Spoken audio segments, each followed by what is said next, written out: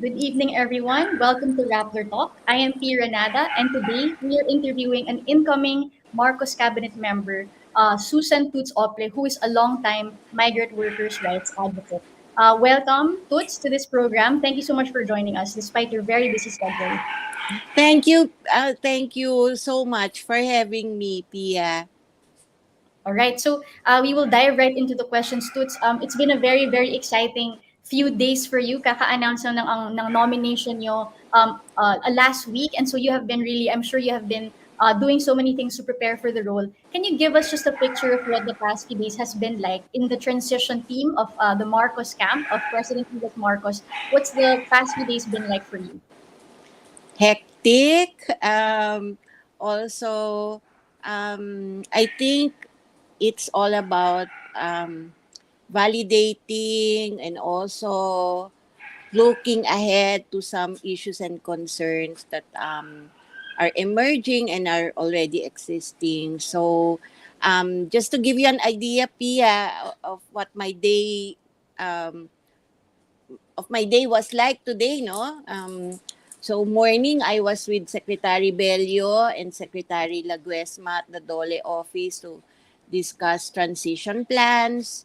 And then after that, I also had a meeting with former Labor Secretary Nitoy Roque, who used to head OWA, and a few other former colleagues at Dole, just to get a sense on what they think the new department should do. So, ganun lang. I've been touching base with people I respect and I know are very active in labor migration. And the whole week, this week, we will have meetings in relation to the transition na. Um, so that's where we are at right now. Mhm. Ngayon kasi Toots, may keen interest in the transition process, like the appointments Mm-mm. being made by President-elect Marcos, all the meetings taking place sa headquarters niya. And people also want to know, no, what's it like in the Marcos, in the team right now of President Marcos-elect? For example, how often ba kayo nakipag-meeting with President-elect Marcos and the Well, rest of the I've met with him twice. There has, of course, there's no formal cabinet meeting yet kasi hindi pa naman siya, wala pa yung inauguration, Mhm. kakatapos lang ng presidential proclamation. Si ES designate Vic Rodriguez naman is very accessible to us. But I think they're letting as the new nominees, they're just letting us go about our work in the transition, in preparing for the transition, and I think they know naman that we we are already parang shaping we are already shaping the kind of programs and services that we would like to deliver under the next under the Marcos administration. Dun sa two meetings you've had with President-elect Marcos, what have been his marching orders to you, Oh especially in yes. leading Oo. the department? Yes, Pia, the marching orders were to look after not just the OFWs, but also to develop some programs for the families, especially the children who have been left behind, yung mga lumalaki na wala yung isa o parehong magulang. He is also very much uh, interested in the kind of data that would help us formulate policies both in the short term and long term. So medyo yun ang kulang din ng existing agencies catering to OFWs like data points, for example, with regard to gender, Mm. yung profile talaga ng OFWs, ano yung Mm. triggers for them leaving, no? Because it's such a huge sacrifice. We have anecdotal data, syempre na this is for the family and all that, but we want to be more specific. So, I will be talking to some experts on analysis, data management, Mm. and we will be looking into that. So parang evidence-based din yung mga programs that we would be developing. Mhm. Yeah, that's very interesting. We will dive into that a bit later on when we talk about yung mga plans for the department. But siguro another burning question that probably migrant workers also have and other OFW rights advocates would like to know. Sino yung mga tao na you plan to appoint in the DMW? Meron ka na bang naisip na maybe Marcos has also approved or at least, parang given the go signal for those people to join the DMW? Yeah, suspense muna. It would be too presumptuous of me Mm. kasi hindi pa nakaupo ang ating president formally, and then hindi pa naman ako nakakapag-oath before him, or alam mo yon, and subject pa ako sa confirmation. So baka mamaya may mapahamak ako na hindi pa talaga buo yung isip. So but let me just say that um, I would like the right people to be in the right place. Mm. Ibig sabihin, we will really be looking at their qualifications, and we will be guided by yung qualities that the Marcos administration would like. For example, when Attorney Vic Rodriguez invited me and sounded me off with the offer of being DMW secretary, he made it clear that it was because of my specialization, of my competence, and also integrity. So I would like also to base my recommendees for the Mm. senior positions. It should not stray from those qualities. Mhm. Can we expect these appointees to be a mix of dati na government or yung iba baka from rights groups? Suspense na lang. Okay, but I had to Suspense push na that lang. point. Sige. So, Oo. let's move on to issues that surround the newly created department. No? Kasi alam naman natin na when this was passed, right, it did not come without controversy. Kasi may mga groups, for example, who were saying that creating a department for OFW rights in a way formalizes the reliance of our economy on the labor export policy. So, yun yung mga controversies na we're making government more complacent about the need, for example, to create local jobs here in the country, domestic jobs. So, ano namang sagot mo dun sa ganong issues or ganong concerns about Yeah. DMW? Well, local employment will always be and should be the first choice. I mean, nasa constitution natin yan, nasa even sa Migrant Workers Act, even dito sa law creating the new department, it's very clear that the primary intention should always be to produce jobs here in our country. Now, yung labor export policy, I think that um, has been outpaced by the global supply chain that we have right now. It's a reality that even in other countries, you'll see that there are workers being hired for jobs across one company na merong Bangladeshi, merong Indians, may Filipinos kasi we are all part of the global supply chain. So even in the UN, they are now discussing migration governance. Medyo na ahead lang tayo.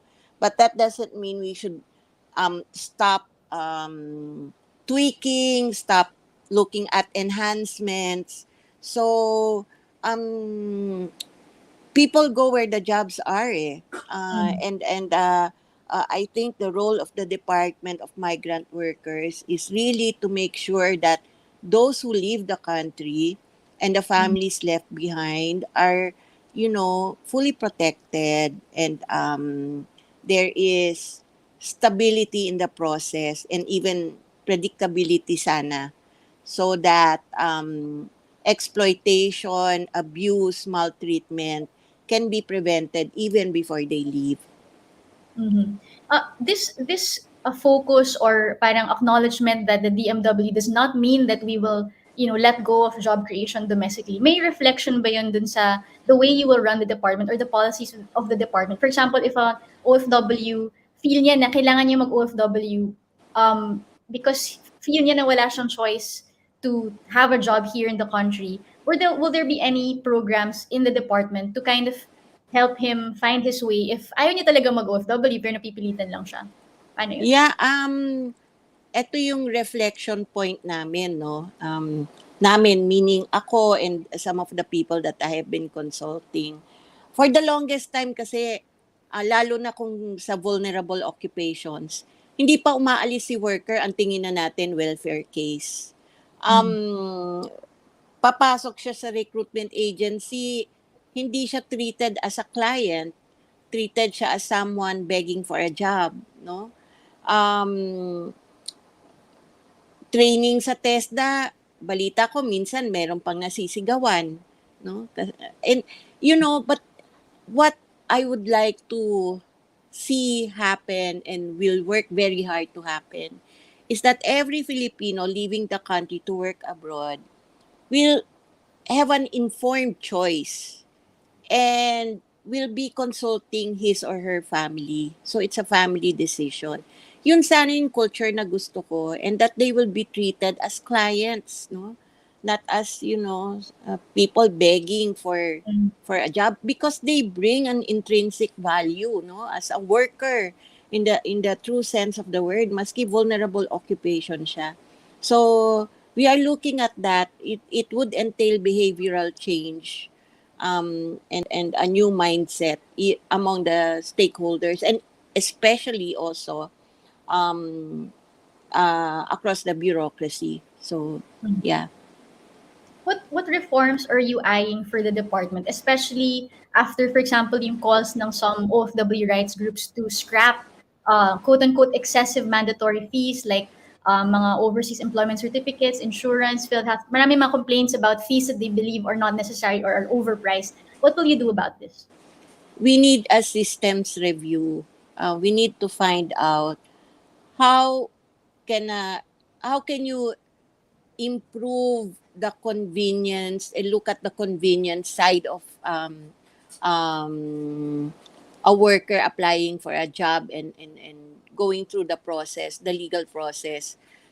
But you have to balance it also with the government's role of monitoring the Mm. movements of our workers. Kaya may OEC kasi Mm. it's also a monitoring tool, no? But I've seen the OEC, daling mapunit, Mm. parang paper print out lang. I mean, there has to be a better way. And, I think digitalization, as Rappler is very familiar with, baka we need to modernize the OEC and Mhm. even the PIDOS, the PEOS, lahat nun. So many things that can be done with technology. Um, PhilHealth, for example, I have always, even before accepting this position, I have always been um, belaboring the point that most OFWs have health insurance na um, in the destination countries. So, I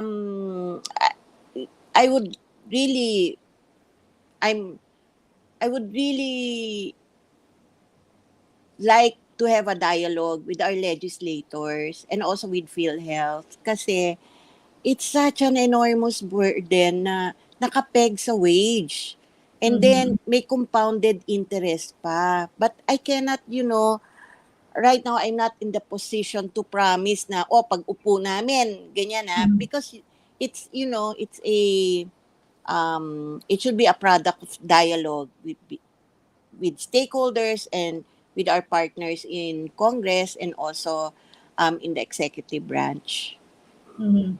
Reading the rest of the law that created the new Department of Migrant Workers, may mention nga na migrant workers office in every country and then they will absorb the powers of the polo. So, what are the key complaints though about yung polo that you wish to solve during your term? Nako, yung masusungit. yung um, hindi sumasagot pag kailangan, hindi makontak. Mm. It's really human relations. And alam mo, based na rin sa experience ko as a migrant workers advocate, tao rin lang yung mga nasa polo eh. And yung ratio kasi ng isang staff sa polo as against the population of OFWs in a certain country, ang laki ng disparity. So I think one area that we need to develop is a caring for carers program. Ibig Mm. sabihin, suportahan din yung mga nasa post. Bakit masusungit yan? Eh kasi ang daming deadlines patong-patong na and yung iba naman ay um, pag araw-araw kasi din mabibigat ang problema na pumapasok sa iyo. Kahit pagtulog mo hindi ka makatulog. I know that kasi I handle cases eh. So, Mm. we have to find a way to distribute the responsibilities. Second, to make sure that those who are going to occupy the migrant workers office, yun na yung tawag sa kanila, Mm. are really fit for the job. Wag yung kaya gusto ko, and sinabi ko to kay President-elect BBM, sabi ko gusto ko ibalik na dadaan sila sa exam, parang sa mga foreign service career personnel natin sa DFA. May exam, may panel interview, para alam nila talaga na hindi lang ito ordinaryong trabaho na gusto mo mag-abroad, mag-apply ka dito. Mm. Hindi ganoon, kung hindi may competencies involved. Yun. And what did President-elect Marcos say about your proposal? Well, he agreed with me, and sabi nga niya, wala bang exam? Wala bang exam ngayon? So, yeah, the good thing about President-elect Bongbong Marcos, he listens. That's my experience with him. Two meetings. I was with Secretary Benny Laguesma, and he really gave us time to share our parang wish list, our desires, our observations, and he really listens. Oo. So I am quite hopeful with this new administration, especially given the caliber of the appointments that he has made. Some other problems that OFWs have complained about, no, yung contract switching and exorbitant placement fees, 'di ba, by manning agencies. Paano mo ma-solve yung mga ganitong problems? Well, I think hindi siya sa manning agencies, hindi masyadong problema yung sa manning sa sea-based workers pagdating sa placement fees. Mes sa skilled workers 'yon. Kasi ang domestic workers dapat walang placement fees. Mm. Yung ano ba yung isang binanggit mo? Contract So, switching. contract substitution. Alam mo, we are really going to promote fair and ethical recruitment. Yung mga recruitment agencies natin, it's in the law na dapat observe yung human rights din ng ating workers. So, we will be looking at possible amendments to some contracts. Mm. Look into the possibility na baka pwedeng may country-specific din na contracts, although medyo masalimuot siya, pero at least makatotohanan siya. And then also look at how to better screen employers. Uh, paano mo masisiguro na yung blacklisting ay Mm. totoo? At Mhm. yung dating nanampal na ng OFW, lalo na ng domestic worker, hindi makakakuha uli ng Mhm. sasampalin.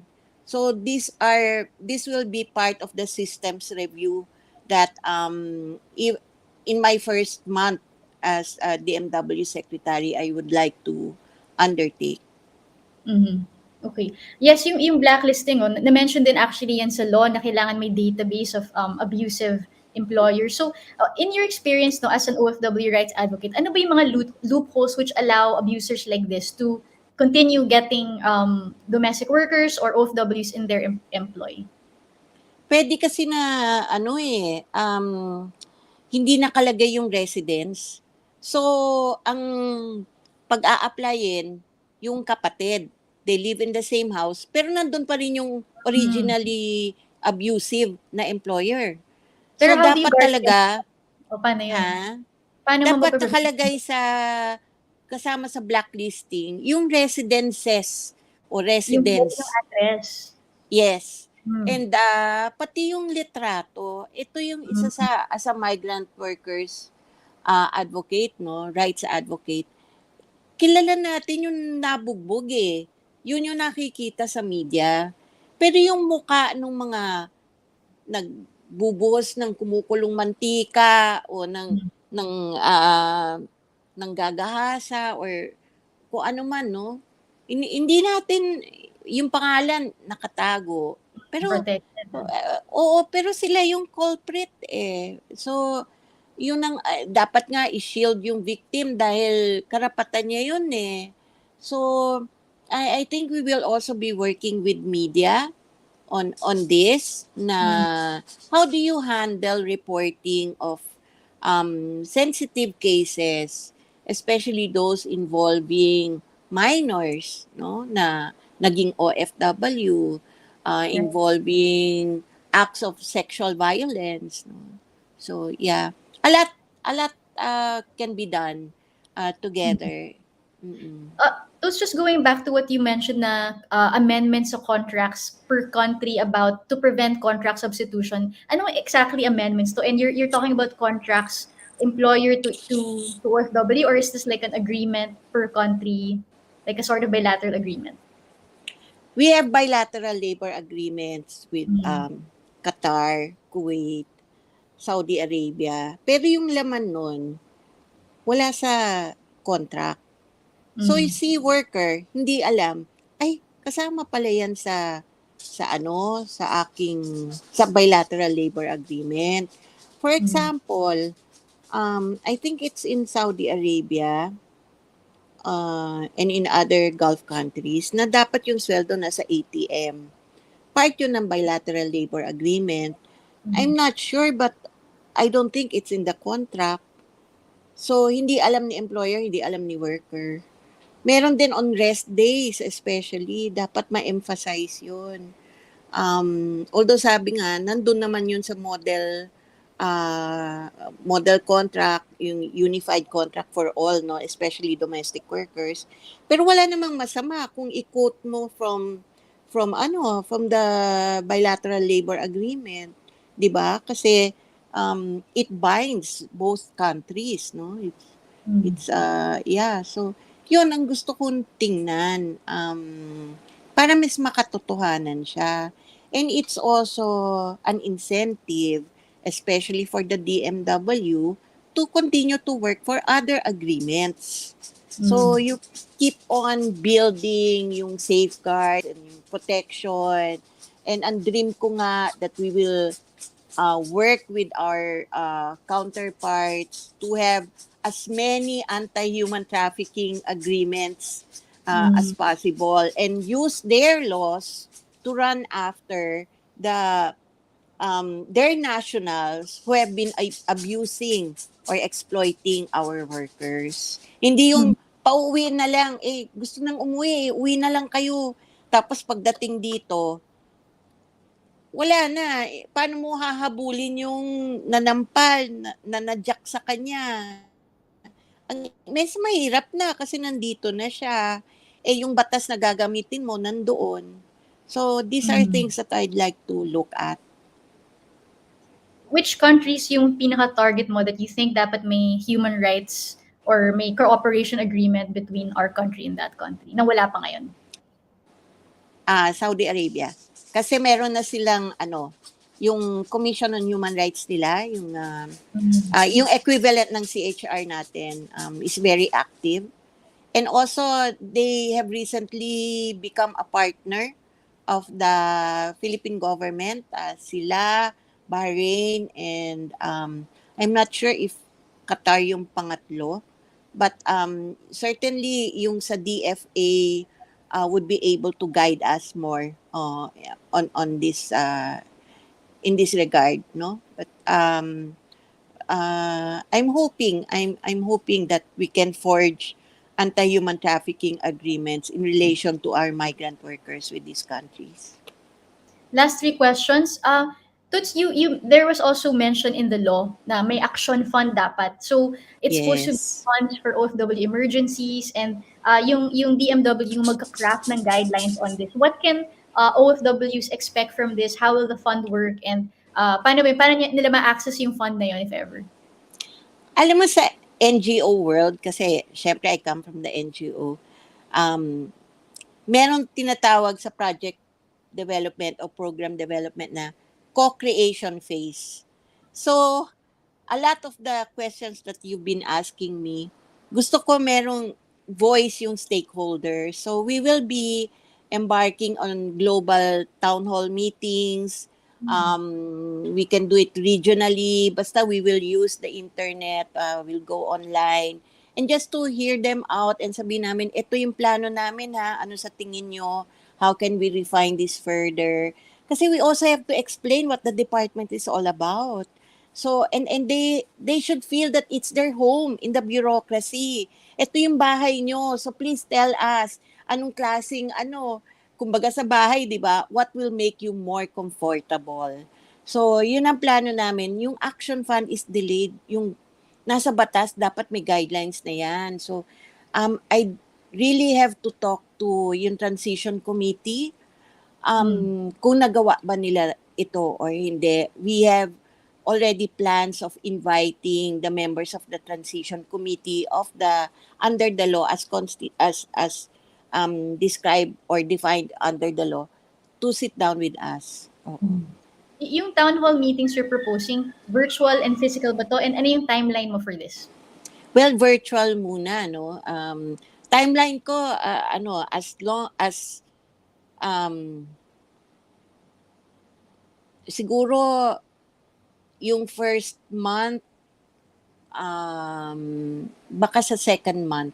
Kasi yung sa first month, medyo ano pa yun eh, marami pang gagawin, mga turnover, magsi-systems review pa ako, Mm. performance audit, and all that. At least sa second month, meron na akong kahit papano may foot in the door, so to speak. So, mas marami na akong makikwento sa kanila and mas marami ng ano. So, just to give me that first month to um, anong tawag doon? Tama ba? Acclimatize myself, familiarize myself siguro. That's the right word, familiarize myself. Oo. So around August to September, if based on your from inauguration, yung reckoning. Yeah, oo. And we will do it siguro mm, twice a year or Mm. baka more pa. Mm-mm. We'll see, we'll see. Oo. All right. Toots, last question, because we're also heading into yung stepping down of President Duterte, and 'di ba, as a new president comes in, we're also bidding goodbye to the incumbent president. So I have to ask you, as a migrant workers rights advocate, ano yung naging impact ni President Duterte on OFW welfare and rights from your viewpoint? Ako lang and this, let me say this talaga as an OFW advocate, not as a secretary designate. He has set the bar so high pagdating sa OFW protection and welfare. Nakita natin yan during the pandemic. And he will always be the tatay of our OFWs dahil there is that connection eh. There's that emotional connection to him na parang our OFWs believe in him, in his leadership. So, yeah, thank you, Mr. President, for being there for OFWs. And now I speak as secretary designate na um, I'm pretty confident that in the incoming administration, we will strive to do our best for our OFWs and their families as well. All right. Thank you so much, Toots, for your time. Best of luck to you. We were just speaking to Toots Ople, who will be only the second DMW secretary, no, the second in history kasi the first one was appointed by Duterte. So talagang big challenges await. I mean, alam natin na Yes. news rights was such a big concern. So many people are affected. So best of luck talaga, Yeah. Toots, the And work. and Pia, can I Mm, just tell them, please let me know what you think. Hindi ito bola lang. We really mm. need fresh ideas. Feel free to email us at main@blastoplescenter.org. Yun muna ang ginagamit ko na email address, and we welcome all your suggestions, and even references if you think there are people that we need to include or consider for the positions in the department. All right. Thank you so much, Toots, again. And yes, you Thank have that you. right? It's a opportunity to engage with the DMW. Yes. Thank you. God bless. To all the viewers, thank you for watching. Again, this has been P. Renata. Goodbye.